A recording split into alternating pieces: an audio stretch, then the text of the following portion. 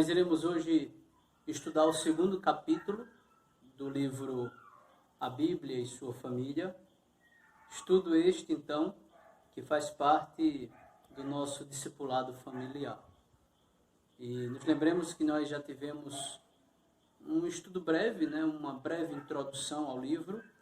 Tivemos o estudo do capítulo 1 e então agora o estudo do capítulo 2. Vamos orar ao Senhor? Nosso Deus, obrigado por essa oportunidade, obrigado por estudar a Tua Palavra, bem como auxiliados por uma literatura sadia. Bendizemos o Teu nome por isso e pedimos que tudo aquilo que for estudado seja para o benefício das nossas famílias, em nome de Jesus e para a glória do Teu nome. Amém. Meus irmãos, a base para igrejas bíblicas fortes é possuir famílias bíblicas e fortes. Famílias, então, fortemente firmadas em preceitos bíblicos, gerarão igrejas fortemente firmadas em preceitos bíblicos. E dizer isso implica em dizer também que aquela visão evangélica, romântica, que muitos crentes têm de pensar que é suficiente ir para a igreja, é suficiente ser crente, e isso possibilitará que qualquer e todo problema familiar não se achegue àquela família, na verdade, é uma visão equivocada.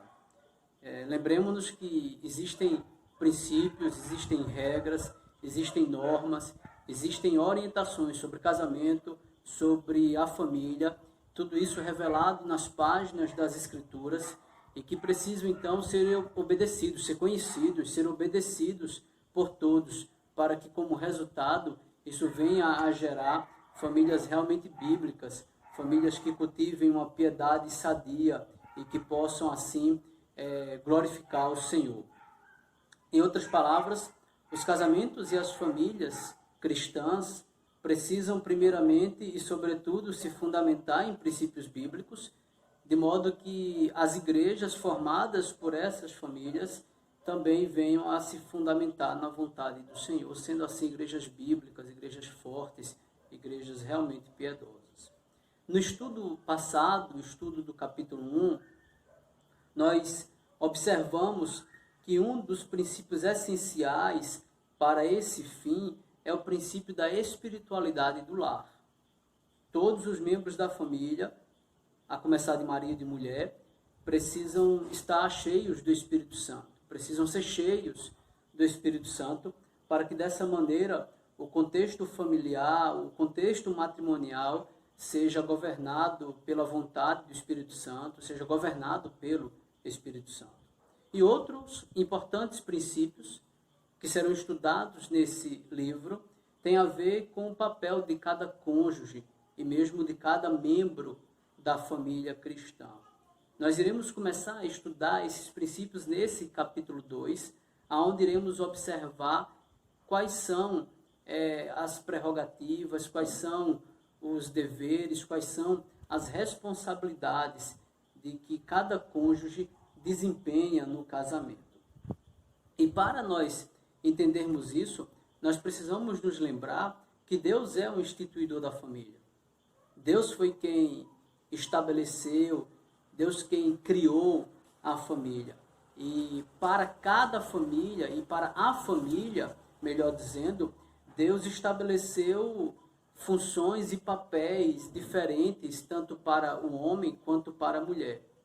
Deus os criou iguais, em honra, em dignidade, perante Deus, diante de Deus. Eles são tão dignos um quanto o outro, mas o Criador decidiu distribuir deveres e responsabilidades, bem como privilégios distintos para macho e para fêmea. E reconhecer isso é essencial para a saúde do casamento e, por conseguinte, para a saúde da família. E o não reconhecimento disso, obviamente, ou mesmo a confusão existente sobre o papel do homem e o papel da mulher, é uma razão, se não a principal, importantíssima para divórcios e também para famílias que acabam por encontrar o seu fim, ou mesmo por não se encontrar de uma maneira estruturada diante de um casal feliz, um relacionamento entre pais e filhos também de igual modo feliz. Neste capítulo, portanto, nós começaremos a abordar um ensino bíblico sobre o papel da mulher no casamento. E com base em Efésios 5, versículos 21 ao 24, texto da Escritura que diz assim: sujeitando-vos uns aos outros no temor de Cristo. As mulheres sejam submissas ao seu próprio marido como ao Senhor, porque o marido é o cabeça da mulher, como também Cristo é o cabeça da igreja, sendo este mesmo o Salvador do corpo.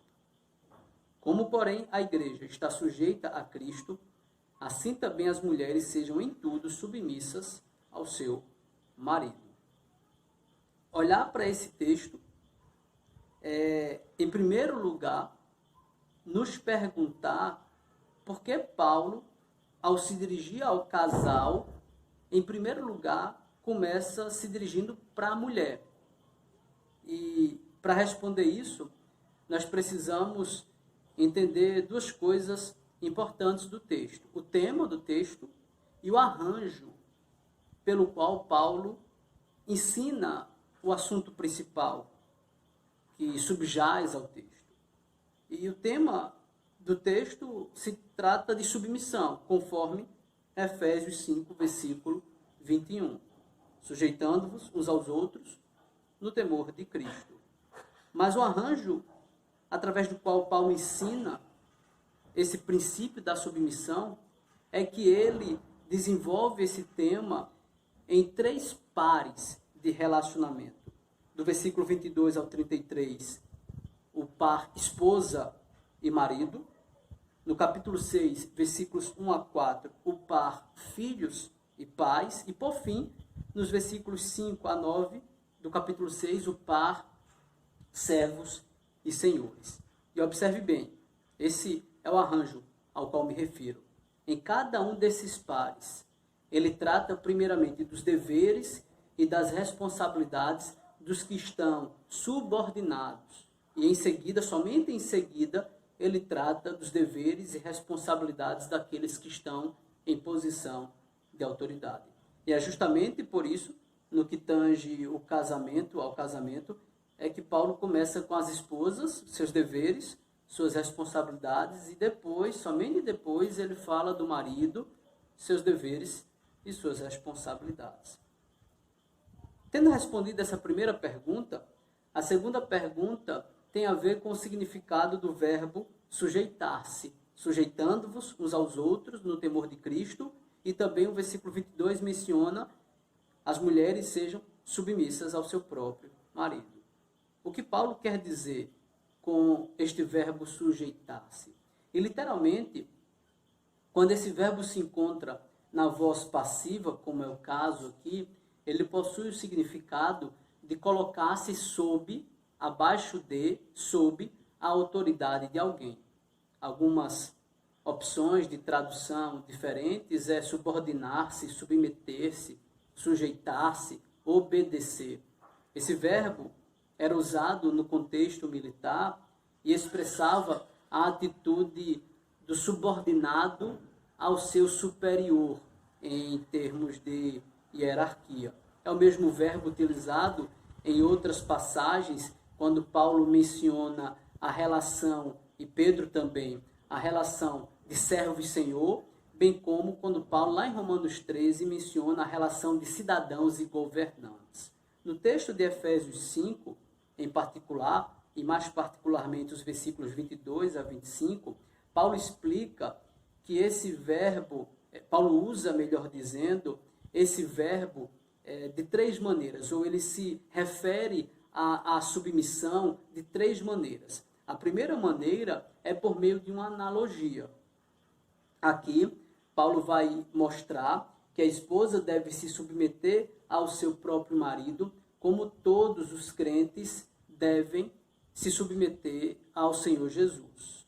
Assim como os cristãos, assim como nós nos submetemos a Cristo, as mulheres devem se submeter ao seu marido.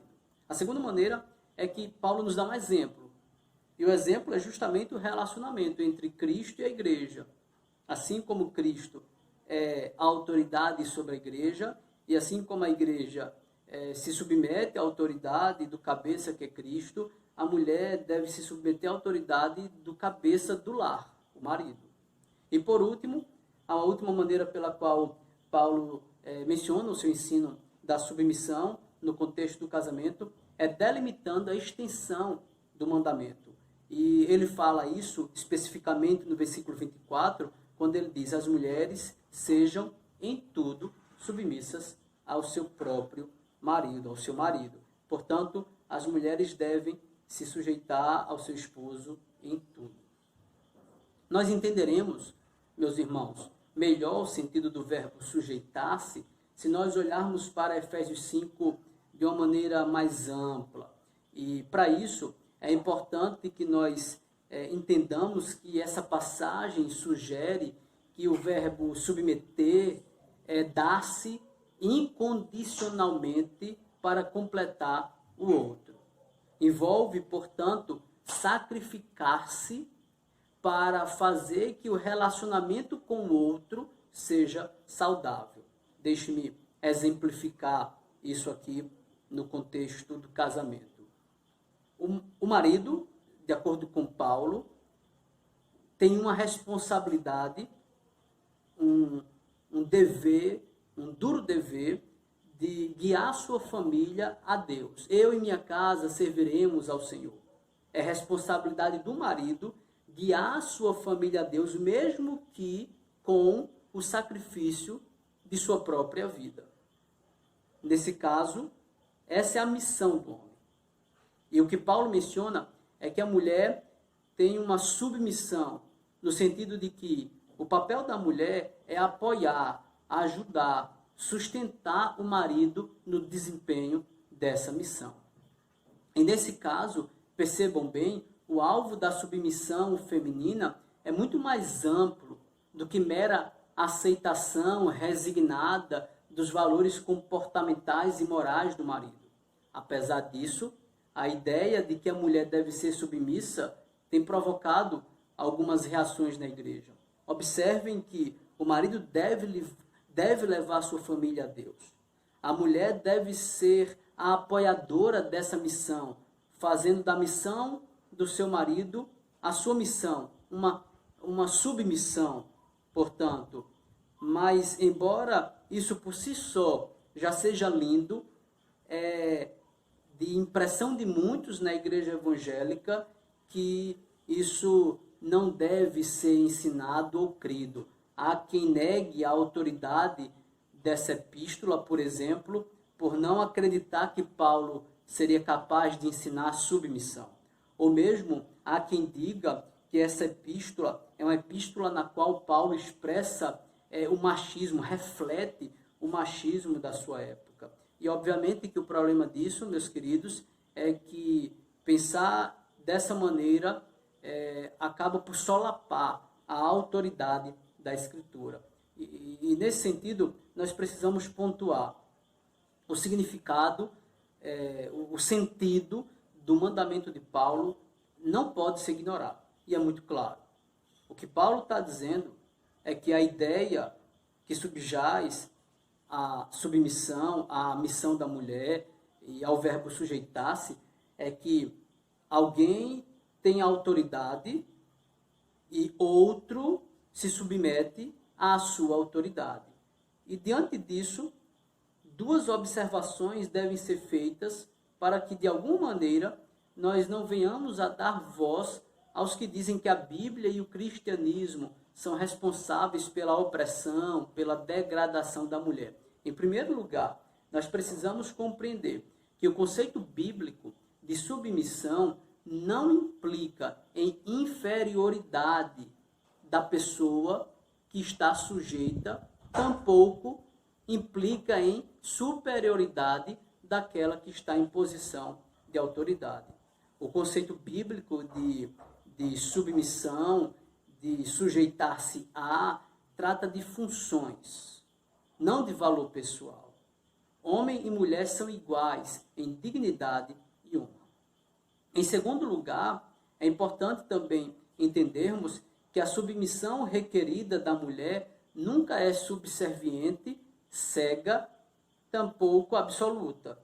Não se trata de escravidão, de servidão opressora. Em última análise, a submissão da mulher ao marido se fundamenta na sujeição da mulher e do homem a Deus. É porque ela se submete a Deus que, por conseguinte, se submete ao seu marido. E olhar para Paulo dizer, mulheres, sejam submissas ao seu marido. E em seguida, maridos, amai vossa mulher, também talvez nos traga outro questionamento. A questão é, por que não existem a ordem de mulheres amem ao seu marido, ainda que haja a ordem maridos amem suas mulheres? E para explicar isso, nós podemos dizer que, primeiramente, a razão para não haver o mandamento de que a mulher deve amar ao marido é porque este mandamento está implícito nas palavras mulheres sejam submissas. O que eu quero dizer é que a ordem de se submeter ao marido inclui ame ao seu marido também. Em outras palavras, citando aqui literalmente os autores do livro, ao dizer sejam submissas, Paulo também está dizendo amem seu marido, cuidem dele, preocupem-se com ele, ajudem-nos como ajudadoras idôneas e fiéis, sejam companheiras dele em todos os momentos. Portanto, ser submissa é, de alguma maneira, amar ao marido. Em segundo lugar, a parte da resposta para esse questionamento teria a ver com o fato de que, nesse texto, Paulo não está fazendo uma exposição completa dos deveres de cada cônjuge. Ele apenas destaca aquilo que poderia ser considerado ponto essencial sobre as responsabilidades do marido, sobre as responsabilidades da mulher, ou pelo menos áreas em que cada cônjuge deve se concentrar. A mulher deve ficar de olho na submissão, talvez porque, em função do pecado original, seja difícil ela se submeter ao marido.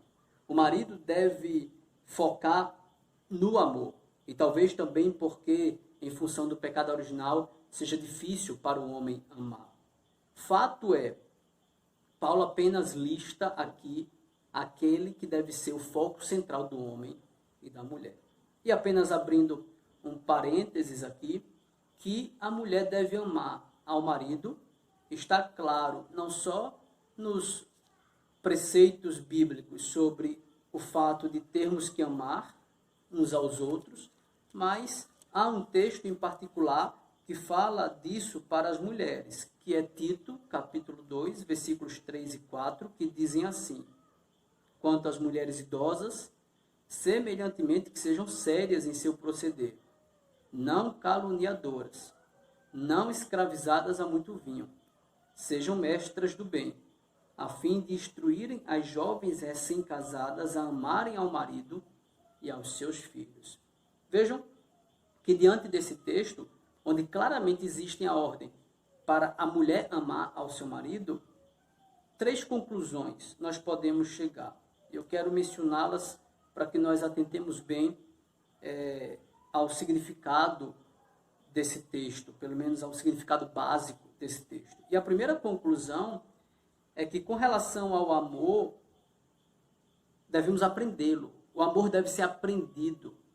Não existe aquele negócio que, vez por outra, acontece em casamentos. Me divorciei porque o amor acabou. O amor esfriou, quero me divorciar. Não. De acordo com Paulo, as mais velhas devem ensinar as mais jovens a amar o seu marido. E a implicação disso, obviamente, é o amor no casamento é algo que se aprende. Eu posso e eu devo aprender a amar ao meu próximo. E o mais próximo de mim é o meu cônjuge. Em segundo lugar, a segunda conclusão é que o amor deve aumentar. Ora, as mais velhas, de acordo com Paulo, devem ensinar as mais novas a amarem aos seus maridos.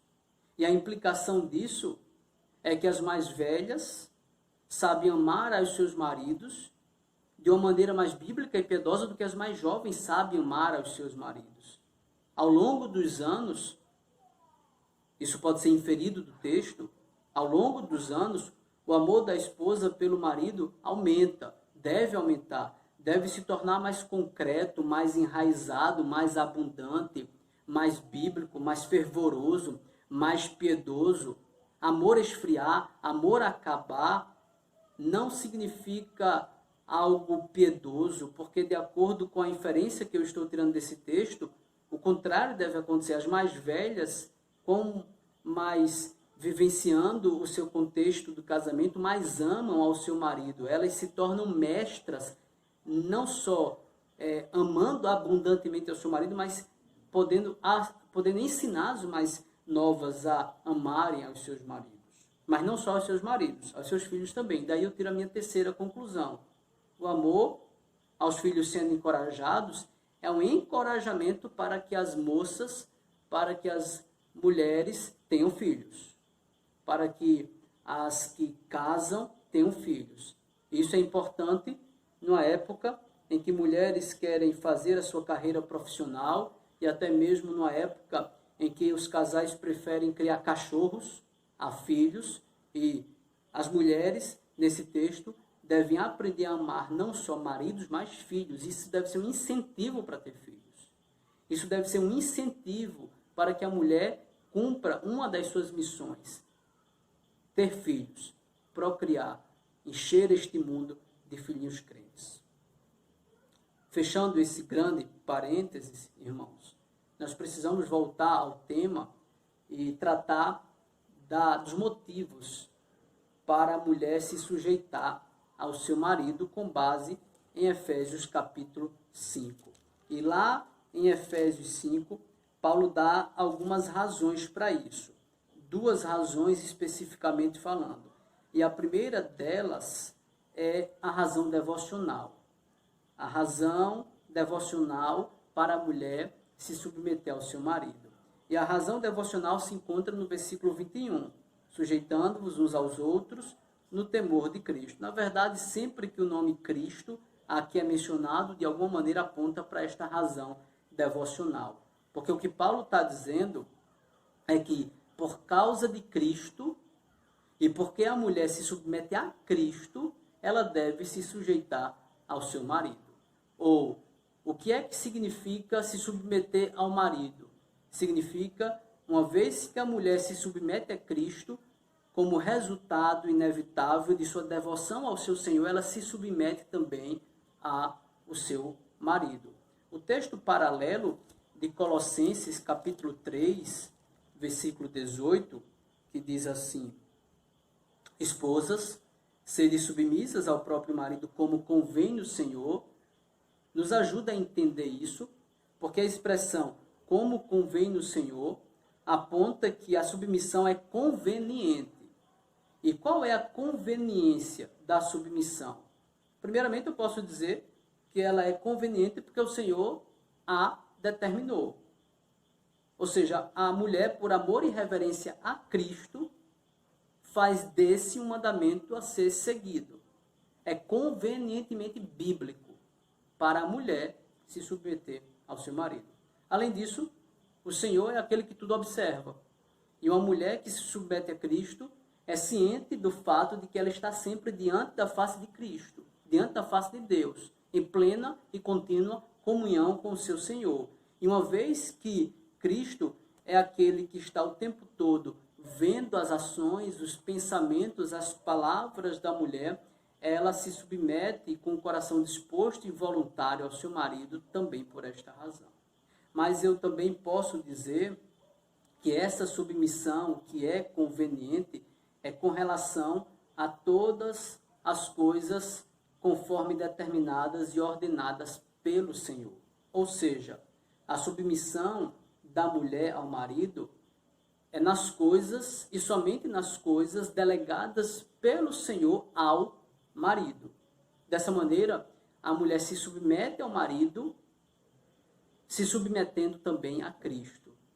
E ao se submeter ao seu marido, que é guiado pelo Espírito de Cristo, é como se de fato e de verdade ela estivesse se submetendo ao próprio Cristo. Isso nos leva, então, a fazer algumas considerações bem importantes sobre a sujeição da mulher ao marido. E a primeira coisa é que a determinação de Paulo sobre essa submissão não significa uma submissão absoluta e incondicional da mulher ao marido. Não. Somente a Cristo é que a mulher se submete absoluta e incondicionalmente. Somente a Jesus a sujeição é cega. Ao marido, ela se submete em tudo aquilo que o marido, por sua vez, está se submetendo a Cristo. Tudo aquilo que foge do padrão, da regra de Cristo, ela não tem o porquê de se submeter ao seu marido. Em segundo lugar, a mulher, em resultado disso, só conseguirá se submeter ao marido se primeiro ela estiver submissa a Cristo. Assim como seu marido precisa estar submisso a Cristo, para que por meio do seu comando no lar, ele chefie à luz da palavra de Cristo, e ela assim se submeta ao seu marido, como se estivesse se submetendo ao próprio Cristo, ela também precisa estar submissa a Jesus Cristo, em primeiro lugar, para que então e somente então ela esteja submissa ao seu marido. E com isso, a implicação é: a mulher precisa cultivar uma vida devocional ativa e frutífera, de modo que, como fiel discípula de Jesus, submissa a ele, ela também se submeta ao seu marido. Muitas mulheres que têm dificuldade com submissão precisam simplesmente entender que talvez a razão disso é que ela não esteja em plena comunhão com Cristo, não esteja ativa e de maneira frutífera tendo seus devocionais com o seu Senhor. E porque ela não se submete a Cristo, ela também sente dificuldade em se submeter ao seu marido. E por fim, eu diria também que esse tipo de submissão devocional é voluntária e consciente. Ou seja, o marido não tem o direito de submeter sua mulher à vontade ou à força. Digamos que em tese em Cristo faz isso. A pública profissão de fé, creio em Jesus Cristo, é voluntária, é consciente. De maneira que, assim como a mulher, de uma maneira devocional, se submete a Cristo, é também de uma maneira voluntária e consciente, não por pressão, não por vias das forças que a mulher deve ser tornada submissa ao seu marido. Ou seja, no contexto do lar, embora a mulher deva ser submissa ao seu marido, é saudável, bíblico e piedoso da parte do marido também se humilhar diante da face de Deus, colocando-se na posição de servo de Cristo, que implica também em conversar francamente com sua esposa, dando liberdade à sua mulher para ela expressar-se e até para dizer se sente à vontade ou não, com as ordens, digamos assim, com o governo do marido, de maneira que isso deve ser como fruto de uma vida devocional de ambos perante Deus. E nesse caso, eu me refiro especificamente a vocês, minhas irmãs, nesse caso, a esposa cristã é diferente de todas as demais. Pensem comigo. Submissão, à luz disso, é uma grande ferramenta evangelística.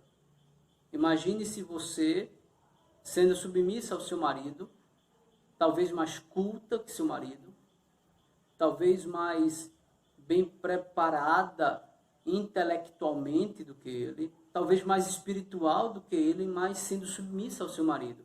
E outras incrédulas, ou mesmo algumas crentes com dificuldade com esse tema da submissão, lhe questionam: mas como é possível?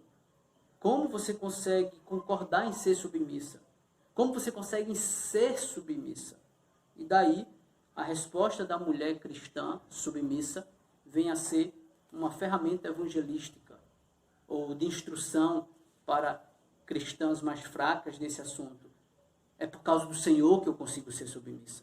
É porque o meu marido é submisso a Cristo. é porque eu sou submissa a Cristo, que eu consigo me sujeitar ao governo do meu marido. E aí está a porta aberta para o evangelismo ou para a instrução daquelas que não conseguem se submeter ao seu marido. Essa é a primeira razão, a razão devocional. A segunda razão que Paulo dá para que a mulher se submeta ao seu marido é uma razão teológica. E essa segunda razão para a submissão feminina se encontra nos versículos 22 a 23. Eu deixarei vocês lerem aí, mesmo que precise você dar uma pausa nesse vídeo, tá certo? E a razão é muito simples que Paulo aponta. Você, mulher, deve se submeter ao seu marido porque ele é o seu cabeça. É basicamente o que Paulo está dizendo. E o sentido desse termo, cabeça, é muito claro. A autoridade. Até mesmo em obras gregas daquela época, cabeça tinha esse sentido, o sentido de autoridade. E essa se trata de uma razão teológica porque aponta para o princípio bíblico da ordenação divina para o mundo quando da criação. Desde a criação, quando o Criador estruturou toda a ordem criada, não o fez de um modo caótico, bagunçado, desordenado. Não. Deus, ao criar todas as coisas, ele organizou e estruturou a criação e parte disso foi delegar autoridades. E toda a criação foi estruturada nesse princípio. Aqueles 3 mandatos originais se fundamentam também nesse princípio. A sociedade se fundamenta em governados e governantes. A igreja se estrutura entre os que foram delegados como autoridades e os que devem se submeter a eles, e não diferentemente na família. A família tem um cabeça, a família tem um governante, a família tem um líder, que é o marido. Deus estruturou o mundo assim. Deus estruturou a igreja assim. Deus estruturou a família assim. E eu repito, isso não implica que o homem seja superior à mulher. Ambos têm o mesmo valor, a mesma dignidade perante Deus. Mas quando se trata de ordenação familiar, Paulo acrescenta que a mulher deve se submeter à autoridade do marido, pois ele é o chefe, a autoridade, o cabeça do lar. E para enfatizar que isso em nada diminui a mulher, eu posso citar 1 aos Coríntios, capítulo 11, versículo 3. Quero, entretanto, que saibais ser Cristo cabeça de todo homem, e o homem o cabeça da mulher, e Deus o cabeça de Cristo.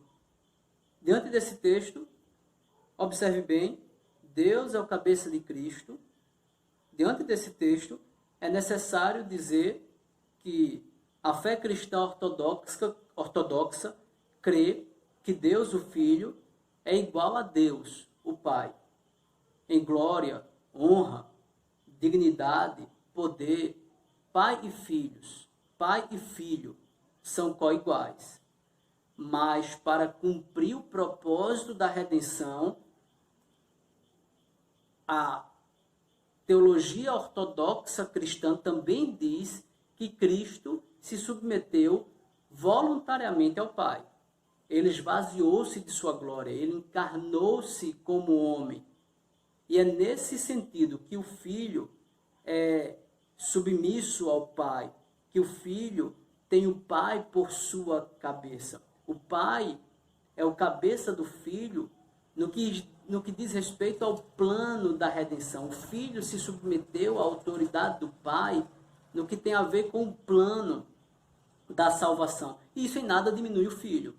Isso em nada tira a dignidade, a honra do Filho. E assim também é com relação à mulher e sua submissão ao marido, cabeça da mulher. Em nada isso diminui a mulher. Em nada isso tira a dignidade da mulher. E por isso é que essa é a razão teológica, é fundamentada numa teologia, é fundamentada na Bíblia. Diante disso, nós precisamos então ir para os fundamentos bíblicos para o conceito de submissão. E o livro aponta para dois fundamentos bíblicos que dão sustentação ao ensino de Paulo. O primeiro fundamento é o fundamento da criação, que é ensinado pela Bíblia e que basicamente vai mostrar que Deus criou o homem e a mulher, sendo o homem cabeça e a mulher submissa ao homem. Desde a criação, Deus estruturou as coisas desta maneira. Desde a criação, Deus colocou o homem como chefe, a mulher como aquela que deveria se submeter ao seu marido. Duas importantes inferências que o Novo Testamento faz da mulher na igreja são aquelas que dizem assim, prestem atenção. A primeira delas, o homem é o cabeça da mulher porque o homem foi criado primeiro do que a mulher. Você deve se lembrar disso. E a segunda inferência é que o homem é o cabeça da mulher porque a mulher foi feita do homem. Você também deve se lembrar dessa inferência bíblica. Conforme Gênesis capítulo 2, versículo 18, nós conhecemos muito bem esse texto, o Senhor, depois de ter criado um homem e de ter visto que não era bom que Adão estivesse sozinho, nos lembremos disso, ele decide criar a mulher do homem e para o homem. E esse é o argumento que Paulo usa quando ele trata do papel da mulher na igreja de Deus, tanto em 1 Timóteo 2, versículos 12 e 13, como também em 1 Coríntios 11, versículos 9 e 10. Dê uma pausa no vídeo e leia esses dois textos para que você possa perceber isso. A questão central é o argumento de que o homem é o cabeça da mulher está fundamentado na criação. O homem foi criado primeiro. A mulher foi criada do homem. Desde o primeiro casal. Essa era a ordem da criação. Marido como cabeça, possuindo posição e papel de autoridade. E mulher se submetendo ao governo do marido. Então esse é o primeiro fundamento que Paulo usa, o fundamento da criação. O segundo fundamento está relacionado à queda, ao relato da queda. Como bem sabemos, homem e mulher não permaneceram no estado em que foram criados e caíram, desobedeceram a Deus. Sabemos bem como se deu isso, conforme é relatado em Gênesis capítulo 3. Primeiro Eva caiu, depois Adão, e talvez por influência de Eva. Isso não passa despercebido por Paulo em seus escritos, em sua teologia. E ele usa exatamente isso como argumento para instruir Timóteo, que a mulher não deve exercer a autoridade de homem na igreja de Deus. Se lembre, ele diz isso em 1 Timóteo 2, 11 a 14. Dê mais uma pausa no vídeo para que você possa ler esse texto com sua família. Porque o argumento de Paulo é, quem caiu primeiro? Foi a mulher que caiu primeiro, não o homem. Logo, a mulher deve se submeter ao seu marido também, porque foi ela quem caiu primeiro. Todavia, irmãos, não é só a ordem da queda que importa. É importante também o castigo que foi aplicado à mulher. Leia Gênesis 3,16 depois. Porque esse castigo significa uma intensificação da posição da mulher em relação ao marido, que, por sua vez, já havia sido instituído na criação. Na criação, marido cabeça, mulher submissa ao marido. Mas após a queda, há uma intensificação dessa posição feminina. Em outras palavras, por ter sido Adão criado primeiro e por ter sido Eva criada do homem, o preceito é estabelecido desde a criação. O homem deve liderar a mulher. A mulher deve se submeter ao seu marido. E visto que o pecado inverteu a ordem da criação, a mulher pecou primeiro, o marido foi governado pela mulher, como resultado disso, pois de alguma maneira o pecado original é uma quebra da estrutura estabelecida na criação, por causa disso Deus estava intensificando a ordem dada originalmente, só que com um agravante. O agravante é Agora, a submissão feminina seria em pecado. A submissão, a partir da queda, seria algo imposto por Deus. Não seria algo meramente voluntário, algo meramente consciente da parte da mulher. Deus iria impor isso na mulher. Seu desejo será para seu marido. Então isso seria algo penoso, difícil, causaria desconforto por causa do pecado original. A boa notícia para isso é o Evangelho. Pois sabemos, irmãos, que Cristo veio para nos livrar da culpa do pecado, da condenação do pecado, do efeito do pecado, do governo do pecado. Logo, tudo aquilo que a queda trouxe à realidade humana, o desconforto, os efeitos e tudo mais, Cristo, ele redime isso. Logo, em Cristo, assim como machismo, autoritarismo, opressão às mulheres, humilhação do homem à mulher, não cabe no casamento, num casamento onde ambos sejam submissos a Cristo, também não é cabível, não cabe também feminismo, insubmissão ou mesmo exercício de autoridade masculina por parte de uma mulher cristã. Pois em Cristo, uma vez que a mulher foi libertada das amarras escravizadoras do pecado, sendo ela uma nova criatura, ela se submete a Cristo e, por conseguinte, se submete ao seu marido, isso de uma maneira feliz e satisfeita, para a glória do próprio Cristo, a quem ela prioritariamente se submete. Quais são as conclusões que podemos tirar disso, irmãos?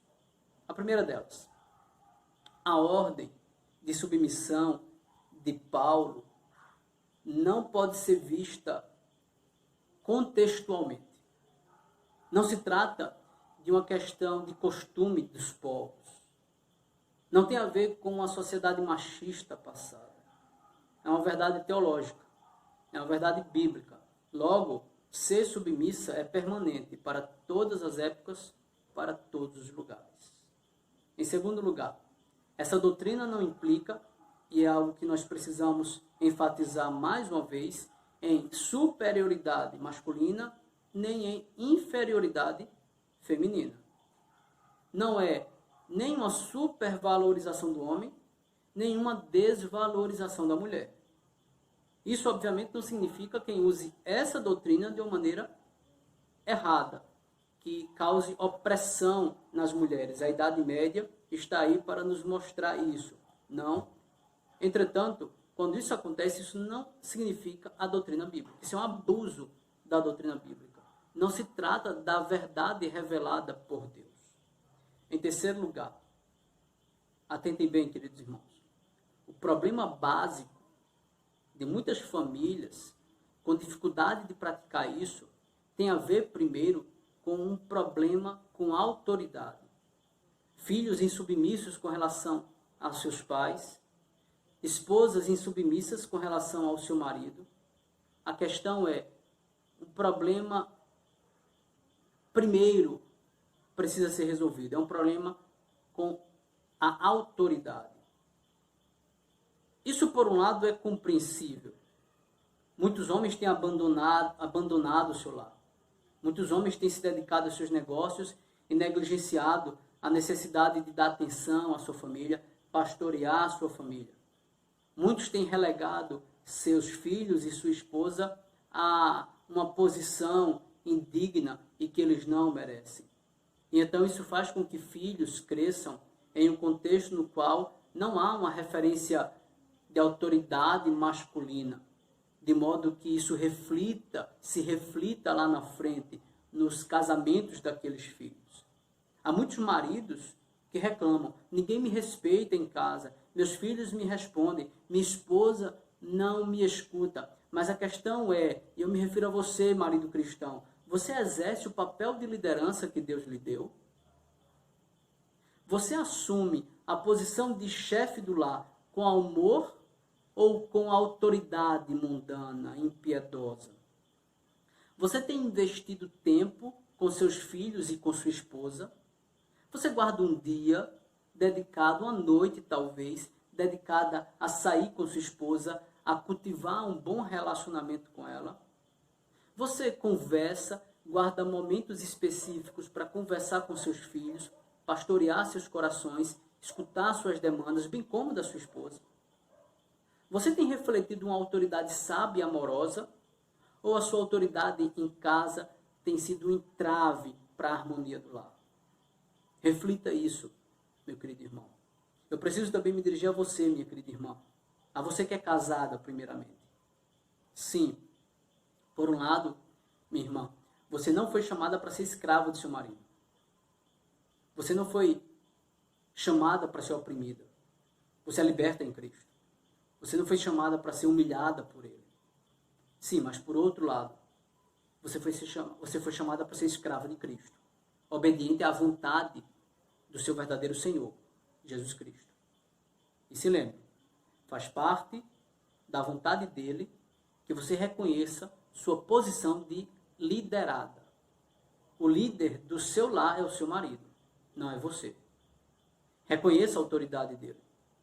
Se submeta à autoridade dele de uma maneira amorosa, voluntária, consciente.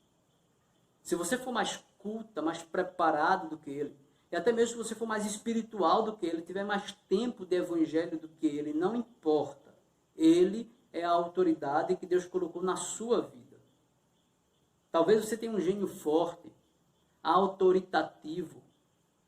Peça a Deus que lhe dê graça, lhe santificando, lhe possibilitando lutar contra a sua personalidade, para que você, de uma maneira voluntária e piedosa, se submeta ao seu marido sendo governada por ele. Eu quero encerrar com uma palavra dirigida às mulheres solteiras, que esteja realmente solteira ou namorando ou mesmo noiva. Não se case com um homem a qual conscientemente você não possa prometer uma submissão voluntária. Não vá em frente em um relacionamento com alguém que você não possa se submeter como você já se submete a Cristo. Vá em frente em um relacionamento no qual você possa prometer uma submissão semelhante à submissão que você prometeu a Jesus no dia da sua pública profissão de fé. Isso implica em muitas coisas. Talvez um namorado, um noivo incrédulo. Este não é um relacionamento para você. Isto é pecado. Talvez um homem que, por sua própria criação, não tenha atualmente o preparo necessário para ser o governante do seu lar.